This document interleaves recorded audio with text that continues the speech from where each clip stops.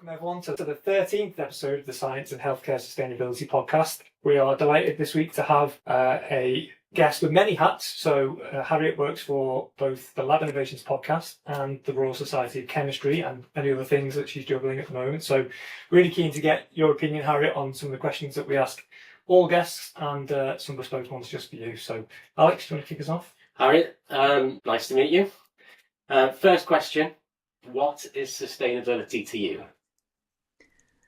Hello, thank you both for having me. Very nice to be here. Lucky 13, that's a good episode to be. Straight in at the existential, what is sustainability to me? There's so much talk about it, isn't there, these days, sustainability. It almost becomes hidden in the background because it's spoken about so much. And I'm quite literal when it comes to the notion of sustainability. I think circular economies are the thing that springs to my mind most readily, because if you've got anything, if it's energy, effort, a material, whatever it is, if you use a lot of it, it becomes an unsustainable thing to continuously use. So I like to differentiate between the sustainability and anything else. And so that for me, it's that being able to sustain something through time at a certain level to achieve certain goals. And yes, like I say, that ongoing basis. Yeah, no, it makes perfect sense. Yeah. As a sort of non-scientist, but someone who's very close to the industry and observes a lot and has a lot to do with the industry, what do you think the scale of the problem is in specifically laboratories? Well, I think in laboratories, and yeah, you're right to say that I'll be coming at this from an observational standpoint. There are big challenges because things that happen in laboratories are intensive on resource. You don't just have a little domestic freezer. You have an enormous freezer because things have to be temperature controlled and things have to be stored at such a low temperature, and not just the freezers, but then you've got the fume hoods, and then where do the fumes go that the fume hoods extract the fumes from, and ventilation and clean rooms. Everything is incredibly controlled in lab environments, and that's incredibly energy intensive. So I think there are some big questions that people are going to have to be asking if they want to make things more sustainable. And when we say more sustainable, things are sustainable at the moment. Everything's carrying on. Nothing's breaking down because they've run out of anything. But I think the projections show that there could be problems with certain things, even water. Big challenge. I saw something. The Royal Society of Chemistry did a sustainable lab support. It was a little while ago now. You can tell when things happen because there's always a forward by the CEO and the president, and it was the previous president who did the forward for that. So it was definitely a couple of years ago, or at least a year. And I think it was the University of Strathclyde who said that more than half of the water that they use is used in labs, and that just illustrates the scale. I'm not sure how that compares necessarily globally, because there are other points in the report. We maybe come on to those, but I think the thing is, I think it's a good industry for there to be challenges, because the unknown is what scientists do best, right? Mm-hmm. Yeah, I think it's a really good point about trying to compare it to things that people can actually envisage and see. I mean, some of our favourite statistics are, a -80 will use the same energy as a semi-detached house, which is mind-boggling. And I'm sure if someone took their home recycling bin and tried to fill that with lab plastics used in an average laboratory, it would be full within about 10 minutes. So yeah, I think it's important to try and put it into context how much waste and energy is used in laboratories. So how do you feel that compares to the rest of the world? How do you think that the UK compares to the rest of the world in its pursuit of sustainability? I think from a lab's perspective, it's probably quite similar around the world. I think everyone's in a similar boat with similar goals. I think outside the lab space, that's probably a different kettle of fish. There are some some countries who are more laissez-faire about making the most of the opportunities that being more sustainable can have for them. Even basic stuff like it costing them less. But there's a lot of equipment in labs that needs a lot of everything to keep it running. But like I say, it's not just labs. There's a lot of world out there outside the lab. We've had guests on from Germany, the US, who have hold the UK in really high regard in terms of sustainability. They feel like we're ahead of the curve, which is great. I mean, there's loads of work to be done, but it is reassuring that we live in a country where our scientists and the general population are treating it quite seriously. It's a shame we're such a small part of the overall planet. Yeah, that is a good point, actually. Maybe it's easier for us to implement because we are smaller in some respect, but I think it was quite a long time ago. Winston Churchill said something one day, not long from now, that you'll be able to grow parts of a chicken in a lab. And when he said it, it must have sounded preposterous, really, really preposterous. And I do wonder why we don't have that kind of visionary statement from world leaders more often these days. Like, for example, I always think, if I were Prime Minister, I'd just say something like, well, I'd love us to have an aviation so that instead of jet fuel that pollutes the atmosphere, we actually run planes that emit something that nourishes the atmosphere. And it sounds impossible, doesn't it? It sounds like, how could that be? But if you don't actually put that idea and sow that seed of idealism, then people haven't got something to aim for, or something to wonder, I wonder if that would actually be possible. And I like the idea of inspiring that kind of thought process to find ways to do what seems to be impossible. Yeah, I think there's a challenge that the most powerful person in the world said, drill, baby, drill, not so long ago. So maybe we're going in the wrong direction on that, unfortunately, but we'll see. So we get to the bit where you can actually tell us what you do and where. There's quite a lot going on. I work at the Royal Society of Chemistry, and I work in the commercial space. So I set up campaigns for people who want to promote what they do to the networks that the Royal Society of Chemistry have. You can imagine there are an awful lot of researchers and various other aspects of the scientific or chemical sciences world associated with the Royal Society of Chemistry, and a lot of manufacturers and other service providers who want to reach those people and tell them about what they're doing. So you can do it in so many different ways as well with the RSC. It's quite flexible. You can do normal advertising, what I refer to as normal advertising, which is, put some banners on websites and send some emails, or you can do more dynamic advertising, like sponsoring various things that we do already, or setting up your own webinars or a podcast even. There are lots of creative ways to reach the people that you want to reach, to say what you want to say to them. It's quite fun. Yeah.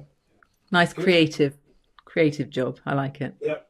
Well, chemistry isn't something we've really touched on this podcast before. I know green chemistry is definitely a growing movement, and there's companies like Celtic Renewables and Deep Blue Biotech who are trying to do things in that space. Create chemicals from algae and sort of renewable resources, which is great. But as I said, it's not something we've really touched on. So, is there anything you've come across in that space in chemistry that's kind of pioneering in terms of sustainability? Well, yeah, and I tell you what, the RSC are always pioneers when it comes to this kind of thing. We've been running what's called the Analytical Research Forum. I say we, I shouldn't really associate myself with any credit in that domain. But the RSC runs the Analytical Research Forum. It's called referred to as ARF. It's a little conference, and it just years ago. This was years ago, like more than 10 years ago. I remember listening to the person organising the content for it, and he was explaining how humans are becoming immune to antibiotics because we're getting very used to taking them, and everything we have that's wrong with us seemingly needs antibiotics. And gradually, as more antibiotic infiltrates the natural world, and we are the natural world, we're part of it, the more resistance develops against it.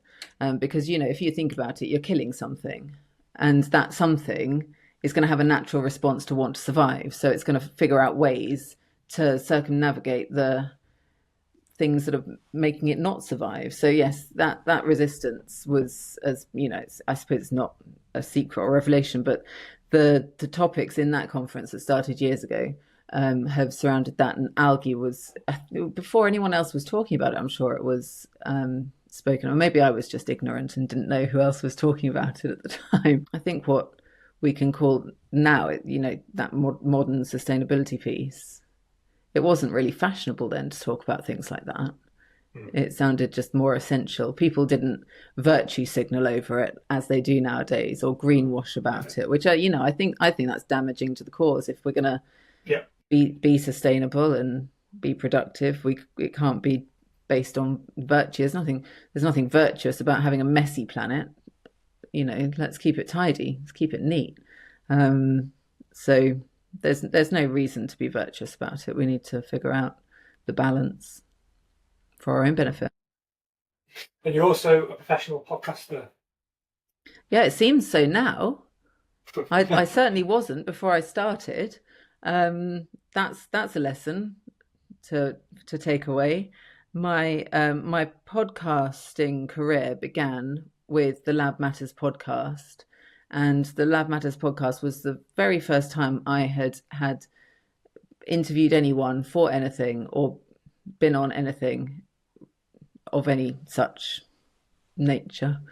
The Lab Matters podcast is run by a company the company is called Easy Fairs. They run the Lab Innovations show.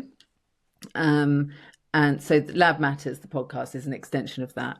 And it keeps the conversation flowing beyond the show floor, because Lab Innovations is a big exhibition. It's the biggest in the UK, I think. It's good fun. I speak to lots of very interesting people, and they tell me all about their lives and what they've done. And they are, in the main, scientists. So you get a lot more actual science out of them than you're going to get out of me. So it's probably quite, really, I find it interesting just listening and chatting to them. So hopefully the odd person might hear it as well. You never know. When did you start the podcast? I think it was last year. With the aim of promoting last year's event in November. Yeah, I mean, I think that's what we never really talk about. We never really talk about the event. I mean, I never really talk about it with the guests, and unless maybe I happen to be speaking to one of the speakers, because the Royal Society of Chemistry has a conference theatre on the show floor at Lab Innovations. Okay. And usually we have quite fun keynote speakers involved, and it's fun to have them on the podcast before the main event. Or it sometimes happens the other way around. But yeah, sometimes that might come up under those circumstances. But usually we just focus on the guests themselves, because they're usually quite interesting. Yeah. I say usually, always. Always, of course. Well, I've been in the industry for about 17 years, and I've been to pretty much every Lab Innovations and enjoyed every one. So Lab Innovations, if people don't know, is a huge event at the NEC in end of October, beginning of November, where all the vendors from the industry, or pretty much all the vendors from the industry, come and showcase all of their latest products and offerings. And I've noticed in the last sort of 3 years, very much so, there's been a great focus on sustainability. So what's driving that? Do you think that's industry-led, or is that customer-led in terms of the scientists want to see those products, or is it the other way, a sort of manufacturers realising they have to sort of push this onto people? But I think it's a bit of both. I seem to remember someone mentioning that like nearly half the people go to Lab Innovation specifically to find sustainability solutions. Wow. So, I think it becomes commercially incumbent upon manufacturers to provide those solutions one way or another, if that many people are going there for that reason.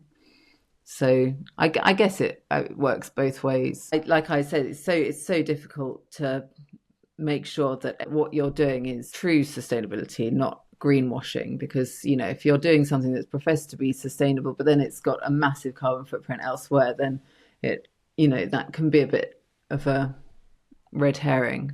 This isn't a box ticking exercise. It's and also it can save money. It can make things create that circular economy. But in terms of bigger impact as well, I think it's important to separate it from things like changing the climate. Is the climate going to change? Yeah. Is us having a circular economy in the scientific sector going to have an impact on climate change? I'm not sure. I really don't know, is the bottom line. But I don't think those two things should be conflated when it comes to people's expectations, I guess. Yeah. I think there's a third driving force now, which is going to encourage it even more so, which is the funding bodies are now insisting on sustainability within the labs that they fund. So you've got the sort of pull from the scientists, you've got the push from the manufacturers, and hopefully you've got this some bit in the middle where the money is, that actually people have to do it now as well. So I'm anticipating this year's event to be even more focused on sustainability, and you can see that with the awards as well. It will be, yeah. And and AstraZeneca won an award for their Sustainable Lab initiative. That was very good.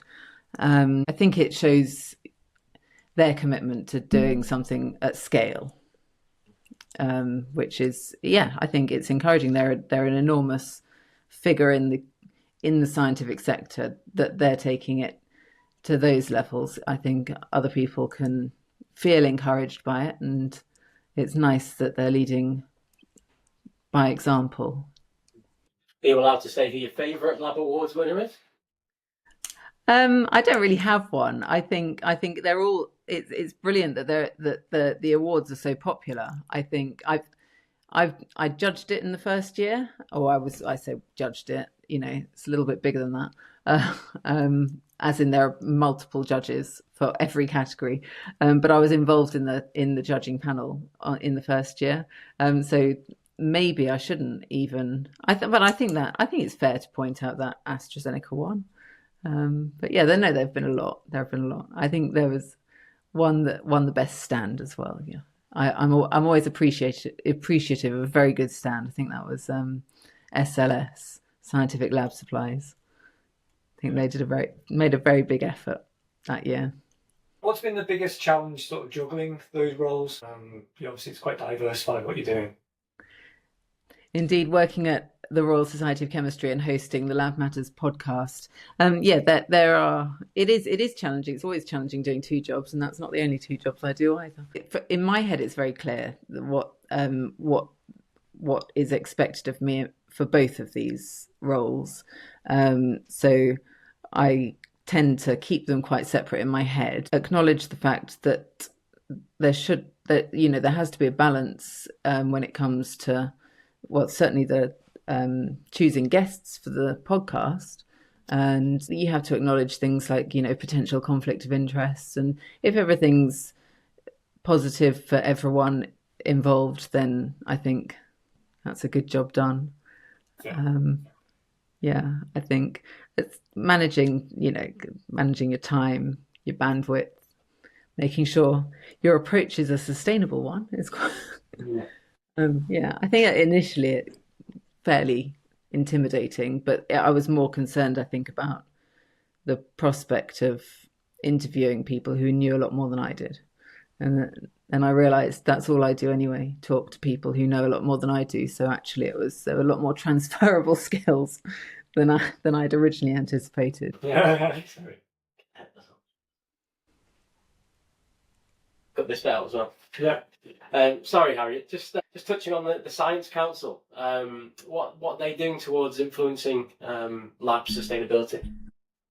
Yes, the Science Council. That's another hat that I sometimes wear. I was elected to the Science Council just over a year ago. So I'm just starting my second term on the Board of Trustees. Now, the Science Council themselves support their member organisations, the organisations who are members of the Science Council, and that so they wouldn't lead or tell, but they will support in lobbying and bringing that united voice to the fore. and I think that's an incredibly valuable thing that they do. So, for example, the Royal Society of Chemistry are a member, and the Royal Society of Chemistry did their Sustainable Lab Report, and the elements of that will be acknowledged in certain communications that the Science Council did at the time. I think it's at the forefront of most people's minds at the council, but again, it's striking that balance for them in between setting the agenda rather than or supporting, and it's always going to be supporting their member organizations. And which member organization in the scientific sector isn't going to be striving for sustainability these days? Very unlikely. From your various roles, is there any tips you can give scientists or chemists to operate their labs more sustainably? Anything you've gleaned from people you've had conversations with? Maybe you don't have to answer every email, because I think there's a pretty big carbon footprint in those servers. So if you're just going to put thanks and a smiley face, you probably don't need to do that. That's a great answer. We've not had that before. But I totally agree. I totally agree with you. Yeah. We are British, though, Harriet. It is kind of in our nature. I don't think you get that in other countries, maybe. Maybe that's where they're beating us in sustainability, that they're not overly polite like us Brits. Can we go one stage further and say you're welcome when someone thanks us for an email? Thank you. You're welcome. Not at all. By all means. Don't mention it. Yeah. Do you think that labs can be carbon neutral ever? We get a lot of various answers to this. I think it just depends on how the manufacturing goes and how the development of sustainability goes outside the lab. Because if you're creating something that is going to make for a circular economy in a lab, you need to look at the overall picture. How much did it cost in carbon impact to actually create that solution in the first place? And this is where I say that you need to make sure you're being clear about what is actually working and what isn't, and there's going to be a trade-off. Obviously, there's going to be an element of speculation to actually get to the end point, if we have an end point, if we get to an end point, or if assuming the requirements of the planet haven't shifted because something else has happened in the universe in the meantime. We'd all be striving in this direction, everyone could be on board, and then suddenly something happens and everything alters. Who knows what the future holds. I thought we'd be growing chicken in a lab at some point anyway. Yeah, who'd have thought we'd grow chicken in a lab, or raspberries, or everything, or ears, or everything else that we are able to grow in labs now. That sustainable aviation fuel, I think, is one to keep an eye on. Do you think sustainability is worth paying for? We've had obviously a lot of manufacturers on this podcast who give a resounding yes, because they have products that are sustainable, that are generally a little bit more expensive, although not always. But from a non-scientist, would you expect it to be more expensive to be sustainable? I think it depends who you're asking. Ask a rich person, yeah, it's worth it. Ask a poor person, no, it's not worth it. That's a good point. I think it's all about context, as so many things are, and everyone's perspective is going to be different. Everyone's goals and ambitions, individual and organizational, are going to vary from one to the next. One of the brilliant things about humanity, and in particular enhanced in the scientific sector, is our individuality. And it's that individuality and freedom of thought that actually makes us good at innovating, which is critical for science. And if we can't do the first, then the second is going to become more difficult. So especially if everyone's aiming for the same thing, I suppose everyone can aim in different ways, but I really do think it is important to protect that aspect of human nature that is our individuality, so that we can get the best out of ourselves from an innovation perspective. Yeah, I think it's a really good point. I mean, we speak to a lot of manufacturers whose products, as I say, are a little bit more expensive, but they always say the same thing. Once the economies of scale kick in and more people adopt them, the price will come down. So to your point about, if you can afford to pay a little bit more for sustainability, maybe you should, because that in the long run will benefit those that can't afford it at the moment, but then it will be coming to their reach. So yes, any rich labs out there, please pay a little bit more for your sustainable products. But it's not so fortunate can. Context is also everything, and everyone is going to come at it from a different angle. Yes. So what plans do you have for the future of, I don't know, pick one organisation that you work for, or all of them? What plans have you got? I like to be involved in the discussions in the commercial space, the RSC. How else can we help people to communicate what they're trying to say to the people they want to say it to? That's always a fun discussion to have. So I'll carry on doing that. And as for the Lab Matters podcast, we're on season 4 now, and that's it feels like an immense accomplishment for a first podcast, at least from my personal perspective. It might seem normal to everyone else, but for me, it's quite a big deal. Seems a lot to us. Lots of work, definitely, on episode 30, season 1. We should have maybe done season 2 starting at episode 1, so we didn't have to have an episode 30. Good point. Just in case it didn't go so well. It's gone great. Yeah, but it has. So we're all right. We're good. Yeah. And then who knows what else? Maybe some other podcasting. Okay. We'll see. Yeah. So, of all your guests on the Lab Matters podcast, is there anyone you would recommend that we poach and get onto our podcast who's got a specific take on sustainability, or was just really impressive in that regard? That's actually one of the most recent interviews. Actually, very interesting guy with a company called Eco Diversity. His name is Martin Johnson. His episode isn't live as we speak, but depending on when this is published, it might be. Have a chat with him. Lab Matters does very much focus on the people behind the science, so it's more about them, their journey, rather than science. The science comes into it, obviously, but it's very much about the humanity of it all. So I think it would be good to hear a bit more about what he's up to. Brilliant. That sounds great. We'll look forward to releasing the episodes and listening to it ourselves. Anything we can expect this year at Lab Innovations that will be new and different? The big focus for Lab Innovations, from my understanding of the show, is is collaboration, bringing those people together. The people from industry, the people from academia, science. The point is that it's rare that anything ever happens because one person did something on their own. Usually, it's a collaborative effort, and I think that's going to be a key focus. There's of course the Royal Society of Chemistry Theatre that I'm aware of because of my links with the RSC, and that will be fun because it's going to be focusing on robotics and cobotics and automation. We've got some interesting people talking and keynote speakers. Fun keynote speaker. Liz Bonin is keynote speaker on one day. That'll be fun. And then we've got somebody else who has actually been on the Lab Matters podcast already. He's called Mark Reed, and he's written a book for scientists, which is called You Are Not a Fraud, which is really very... In fact, his episode of Lab Matters was brilliant. It was like a little psychological... In fact, that episode deviates from the usual format somewhat. But it was impossible to resist. He drew me in. He's a very engaging guy. Excellent. And will you be there, Harriet, if we attend? Will we be able to meet with you?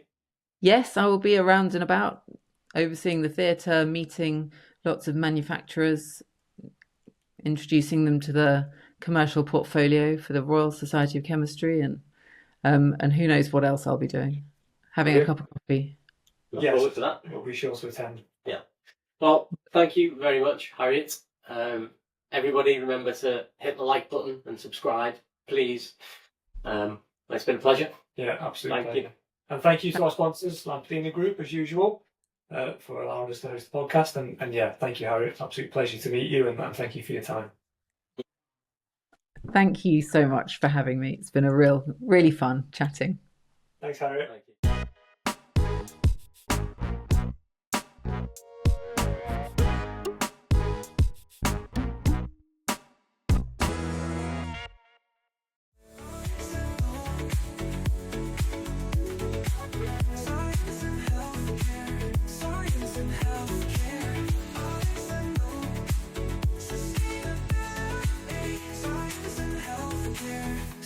science and healthcare.